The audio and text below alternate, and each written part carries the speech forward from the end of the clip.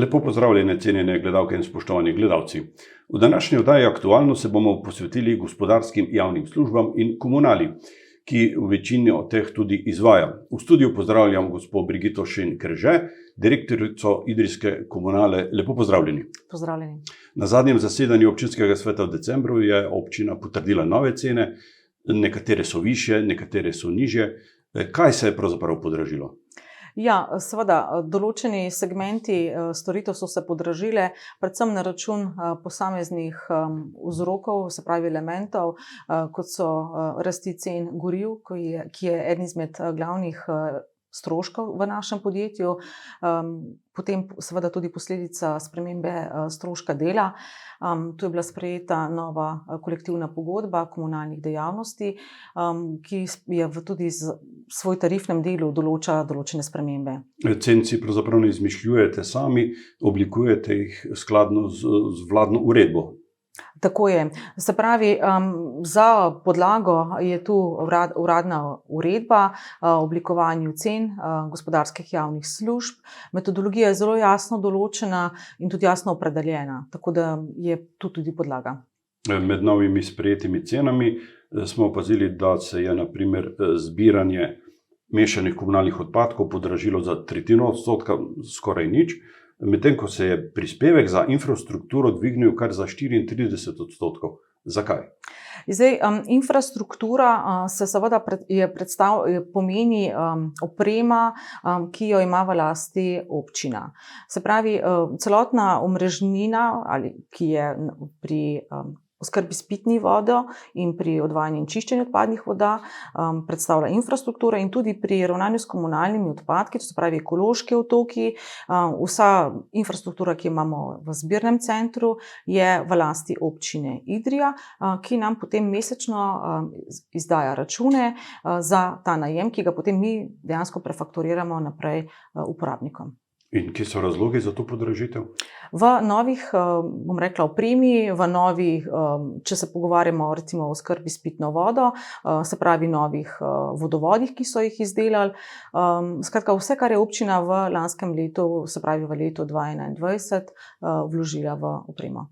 Ta podatek 34% velja za odpadke, za zbiranje odpadkov. So novi ekološki odtoki. Tako je. Občina je v letu 2021 vlagala v nove ekološke odtoke in s tem posledično tudi vplivala na ta rast. Količina nekoristnih zbranih odpadkov, preračunano na občana, se iz leta v leto zmanjšuje.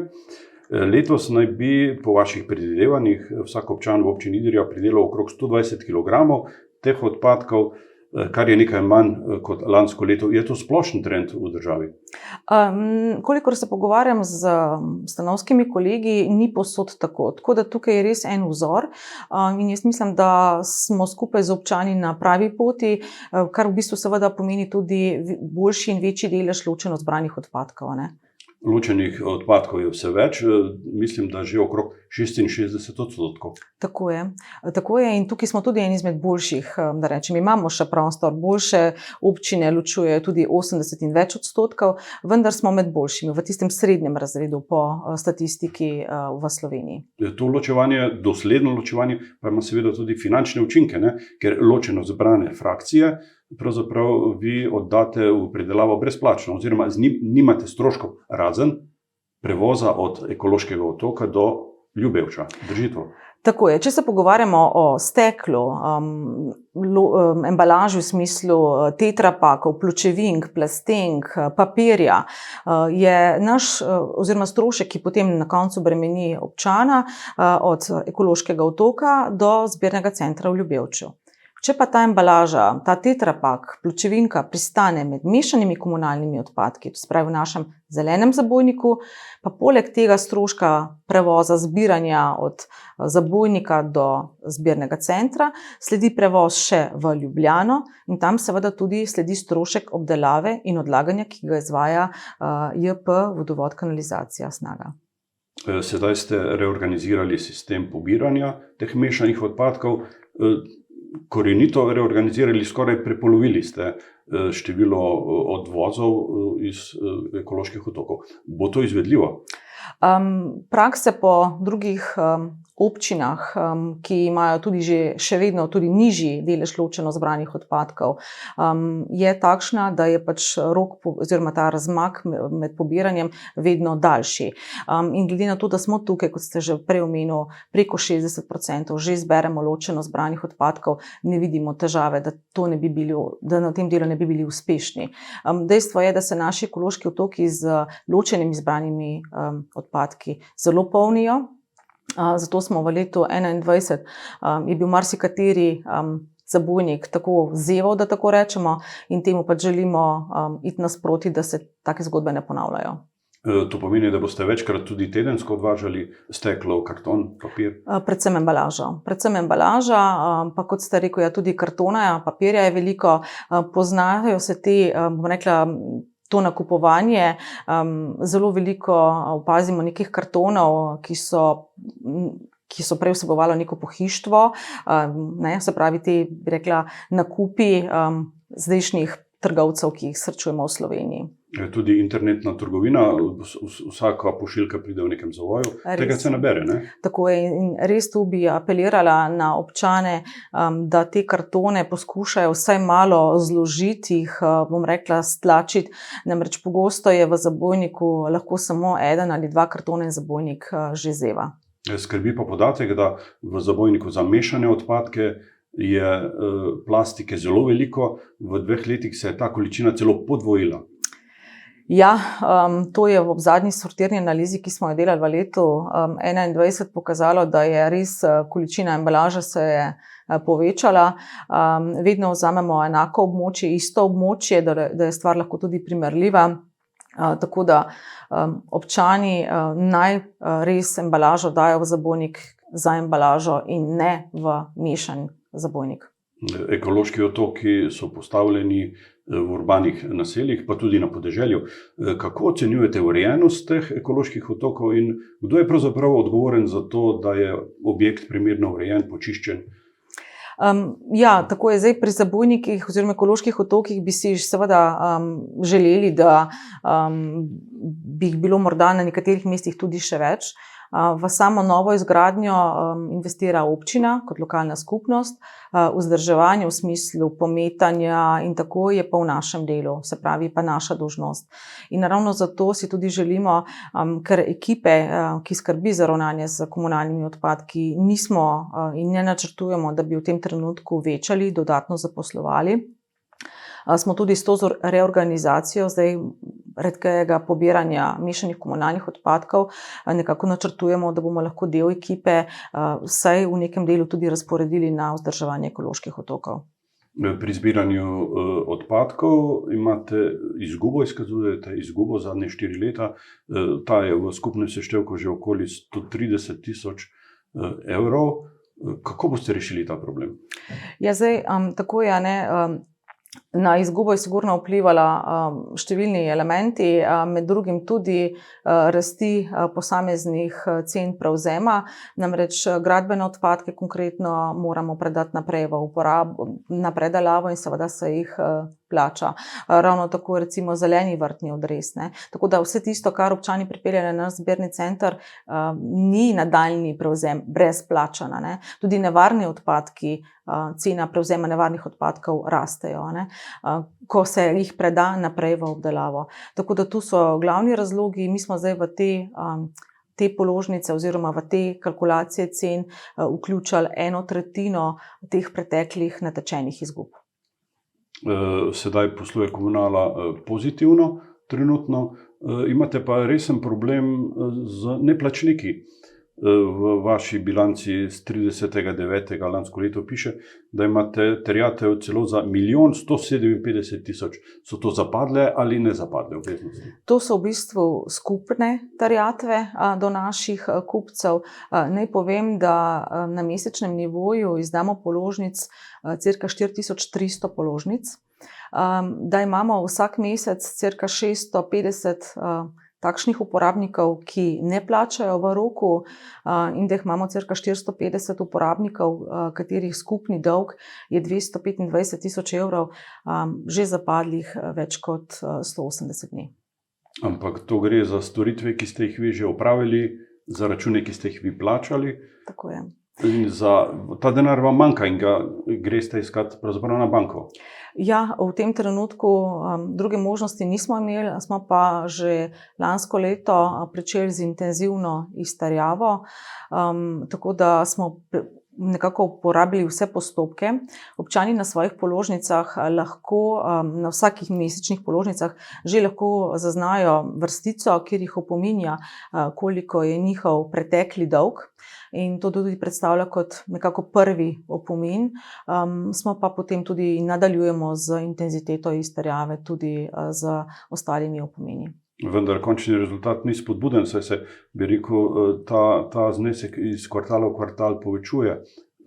Ne bistveno, ampak povečuje pa. Vam manjka učinkovita služba, najbrž? Službo smo postavili, dejstvo pa je, da je bilo potrebno, oziroma veliko dela je bilo potrebno narediti na urejanju, rekla, kartic posameznih strank, ker težko od nekoga nekaj terjaš, če pri sebi nimaš urejenih podatkov. Ste se poslužili tudi možnosti izvršbe že, v katerem primeru? Tudi. Uspešno? Tudi. Lepo. Višje plače, nova kolektivna pogodba je prinesla višje plače za 5%. Kaj to pomeni za poslovanje vašega podjetja? Ja, vsekakor stroški dela, glede na to, da je branža, v kakršni pač delujemo, so v bistvu delavci naši, poleg seveda smetarskih vozil in ostale opreme, izmed glavnih, bom rekla, elementov, ki jih pač imamo, resursov, in dejansko bo vplivalo to povišanje ne samo 5%, ampak tudi drugi deli tarifne priloge so se v tem delu spremenili. Občinski svet je sprejel tudi nov cenik za urne postavke, vendar je bila tako neodgovorjena pripomba na mnenje Erika Logarja, predsednika Krajevne skupnosti Idrija, da nikjer v sosednjih občinah te postavke niso tako visoke. Komunalna podjetja med seboj primerjati je včasih res je potrebno pogledati, kaj je zadaj, kakšna vsebina je zadaj. Pomembna je velikost podjetij, raznovrstnost dejavnosti in pa seveda tudi od kdaj veljajo posamezne cene, če se sedaj pogovarjamo o prodajnih cenah naših zaposlenih, naših delavcev. Nekatere komunalna podjetja imajo stare cenike, nekatere pa niso jih še uskladile, tako da jaz verjamem, da bodo tudi v tem trendu morali narediti korekcije. Večkrat je bilo v javnosti govora o centru ponovne uporabe. Ga boste postavili v Idriji? Ja, to res ni odvisno samo od naših možnosti. Mi bi si želeli lokacijo, sama osebno sem tako lokacijo v sami Idriji že našla. Zdi se mi res primerna, seveda pa to terja nekak angažma tudi vsaj občine v nekem delu. Govorimo pač financiranje takega projekta samega začetka, je sigurno bilo potrebno podpreti tudi s strani občine. Če bi ta center uspešno deloval, bi se zmanjšala tudi količina odpadkov.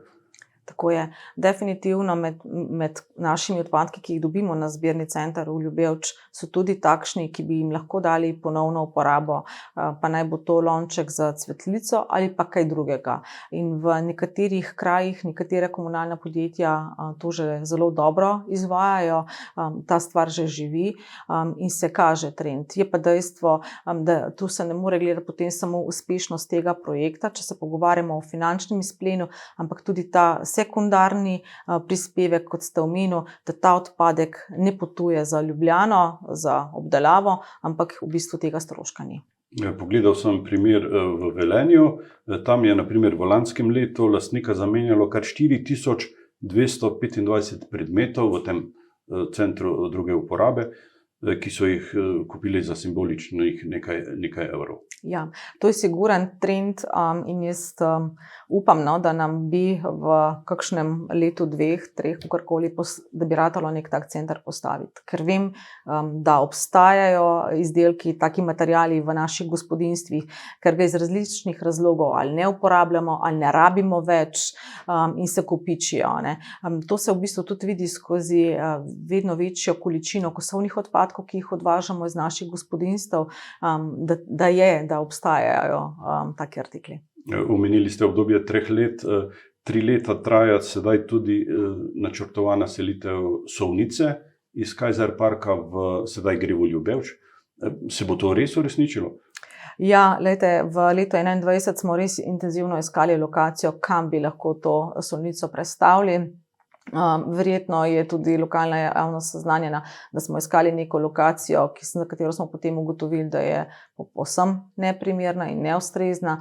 No, in kot zadnja opcija je ostala lokacija v samem zbirnem centru. Tako da ja, po zaključku zimske sezone imamo seveda v načrtu, da se to preseli. Koliko bo to koštalo, stalo? Zdaj, po ocenah, ki smo jih delali v času priprave poslovnega načrta, je bilo to nekako 90 000 evrov. Seveda, kot javno podjetje moramo iti v postopke javnega naročanja. Kakšna bo končna vrednost investicije, v tem trenutku potem še težko reči, ker seveda vpliva tudi, kaj bo trg in kako bo trg odreagiral. Kdo bo to plačal? Boste to pretopili v ceno svoje dejavnosti ali izstavili račun nekomu, ki je kriv za to zgodbo? Zaenkrat bo to, kolikor se nekako bo to strošek našega podjetja. Brigitta Schenker-Že, hvala za obisk v našem studiu in hvala za ta pogovor. Hvala tudi vam za povabilo. Vam, spoštovane gledalke in cenjeni gledalci, pa hvala za pozornost in srečno.